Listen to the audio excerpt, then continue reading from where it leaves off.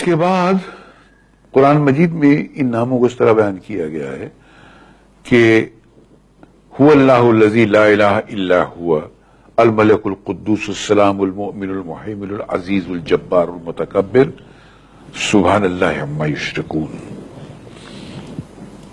وہ اللہ ہی ہے جس کے علاوہ کوئی معبود نہیں ہے. یہ لفظ ہمارے بھائیوں کو سمجھنا بہت ضروری ہے کہ دنیا میں عبادت، کسی کو ماننا، کسی سے کچھ مانگنا، کسی کے سامنے سر جھکانا، وہ صرف اللہ کے لیے ہے. یہ اللہ نے اپنے لیے مخصوص کر دیا ہے. تو آپ کوئی ایسا کام مت کیجئے عبادت کا جو کہ صرف اللہ کے لیے مخصوص ہے. اگر آپ نے کوئی ایسا کام کیا جو عبادت میں آپ اللہ کے لیے کرتے ہیں تو آپ اس کے ساتھ کسی کو شریک کرتے ہیں اور اسی کو شرک کہتے ہیں سر.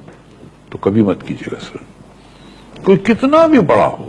یہ صفت اللہ نے اپنے لیے خاص کر رکھی ہے. اللہ کے سوا کوئی کسی سے کچھ مانگ ہی نہیں سکتا ہے، کسی کی عبادت کر ہی نہیں سکتا ہے.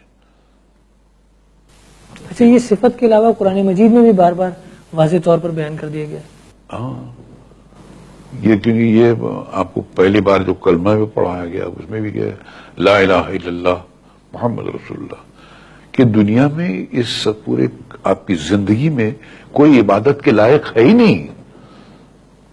کوئی بادشاہ ہو، کوئی بھی کیسا بھی ہو، پیغمبر ہو، رسول ہو، کچھ بھی ہو، وہ عبادت کے لائق ہے ہی نہیں، صرف اللہ. یہ مخصوص ہے اللہ کے لیے. اور اگر کسی نے بھول سے کسی سے مانگ لیا، کسی کے بارگاہ میں جا کر کچھ مانگ لیا، تو اس نے اس کام میں عبادت کے ڈپارٹمنٹ میں اس کو اللہ کا شریک کر دیا سر. تو پھر اللہ نہیں بخشے گا سر. ارے اللہ تو کیا، اس کے فرشتے نہیں بخشیں گے، وہ پورے جلال میں آ جاتے ہیں اس وقت.